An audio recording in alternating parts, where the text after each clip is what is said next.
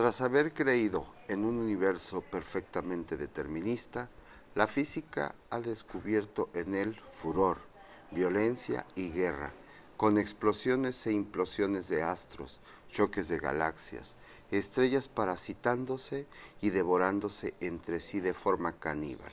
El planeta Tierra nació de este tumulto.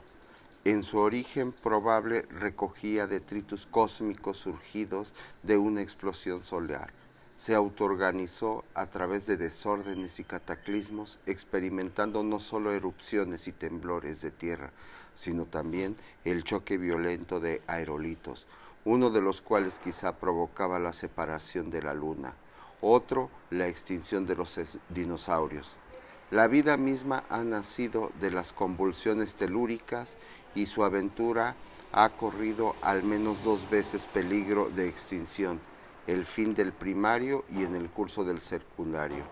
Se ha desarrollado hasta convertirse no solo en especies diversas que se devoran entre sí, sino también en ecosistemas en los que predación y manducación han constituido la cadena nutricional del doble rostro, el de la vida, el de la muerte. Hola, ¿qué tal?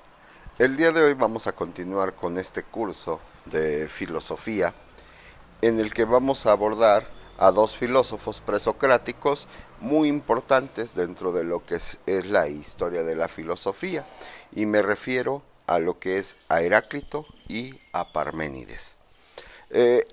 Hace un momento estaba leyendo aquí un texto del filósofo francés Edgar Morin. Y bueno, la idea de este texto es que el universo no es esa idea que tenemos de él, o por lo menos lo que se nos ha venido diciendo como esa armonía, esa estabilidad perfecta, tal como nos lo hizo pensar Pitágoras, que ya lo vimos en el video anterior, como es ese lugar de las formas perfectas, sino que el universo se ha ido construyendo, se ha ido haciendo a partir de explosiones, a partir del mismo caos, ¿sí? Y entonces, bueno, son visiones ya más modernas, más contemporáneas que se tienen sobre el cosmos, y que pues bueno, la misma física ha ido aportando grandes descubrimientos a este tema. Haciendo una relación entre el texto de Morin y el pensamiento de Heráclito, podemos rescatar una idea central, que el universo es producto de luchas internas, de luchas que se están dando ahí entre muchas fuerzas. Pensemos que por aquí se puede estar destruyendo una estrella, pero por acá están haciendo otra. De tal manera que el equilibrio, ese equilibrio que aparentemente vemos en el universo, es posible a partir de una serie de contrarios que están ahí actuando. Esto es lo que decía el Heráclito, que todo lo que existe o todo lo que es el cambio. A él se le atribuye la famosa frase Panta Rei, que significa todo está cambiando. Pero ese cambio es producto de esa lucha que se está dando entre contrarios. Este pensamiento, por supuesto, va a ser muy fructífero para después, porque de aquí podemos pensar en lo que sería la dialéctica, que se va a desarrollar tanto en la filosofía clásica, en el culmen de la filosofía clásica, como también ya en la modernidad con Hegel y con Carlos Marx. Entonces, para Heráclito, el cambio es lo que existe. Esto va a generar, por supuesto, muchas controversias, sobre todo en el filósofo que viene a continuación, que es Parménides. Ahora, no significa que todo esté nada más cambiando así porque así, sino que Heráclito va a decir que existe un logos, que sería una especie de razón cósmica. Ese logos es el que está actuando atrás de todas estas luchas que se dan en el universo, que se dan en la naturaleza. Si aceptamos totalmente la postura de Heráclito, entonces nos metemos en un problema, porque si todo está cambiando, ¿qué es lo que podemos conocer?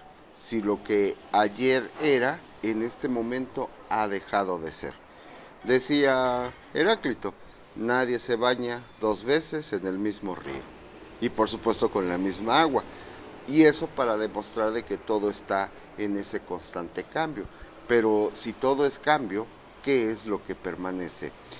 Y bueno, en este sentido viene Parménides, para quien va a decir que el cambio es solamente una apariencia. Lo único que existe es el ser. Y ya con esto, Parménides empieza a poner las bases para la metafísica que va a desarrollar posteriormente Aristóteles. Entonces, ¿qué es el ser? Nosotros no vemos el ser.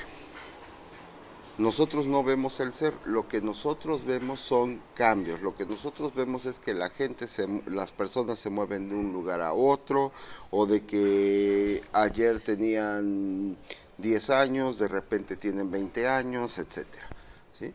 Entonces, vamos a ver que lo único que podemos percibir del mundo es el movimiento, es el cambio. Pero entonces, ¿cómo llegamos a la noción de ser? De acuerdo a Parménides, al concepto de ser se llega solamente por la vía de la inteligencia. De tal manera que el movimiento es captado por los sentidos y el ser solamente es captado por la inteligencia. De tal manera que se debe de llegar por otra vía distinta al de los sentidos.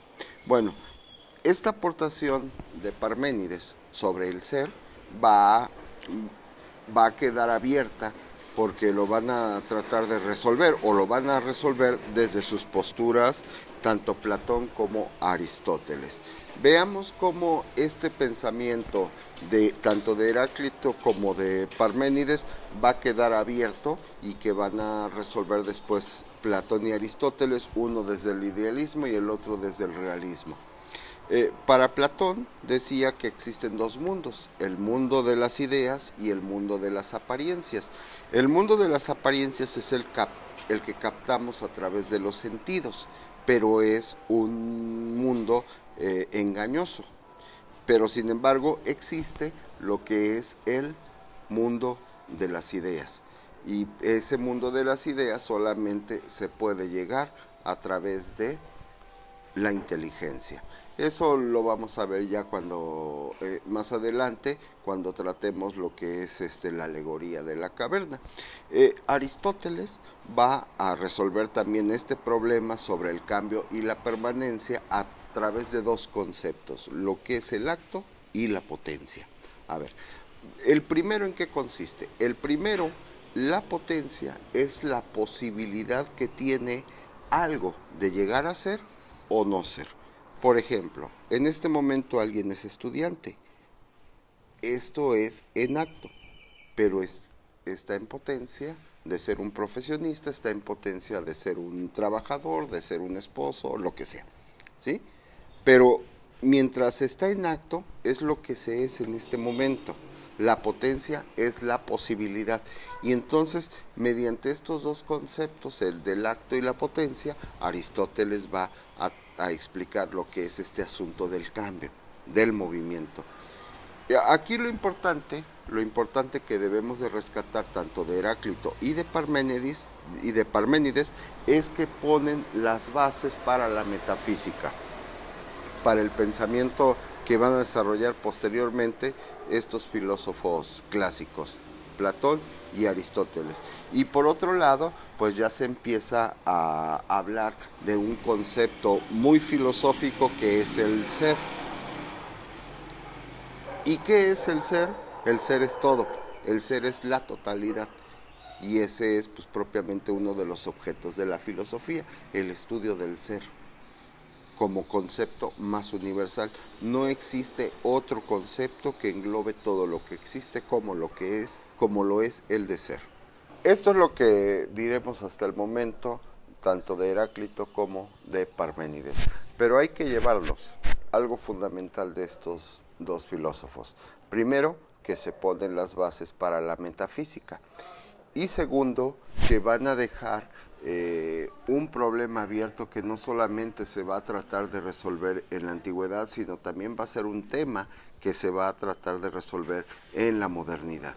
De tal manera que esta es la importancia de los filósofos. El primero, Heráclito, cuando empieza a hablar del cambio, del movimiento, y el segundo, Parménides, que ve el cambio como solamente una apariencia y que lo único que existe es el ser. El ser es uno, es eterno, es inmutable, y que son las características que va a tomar el mismo Platón para hablar del mundo de las ideas. Nos vemos en la próxima.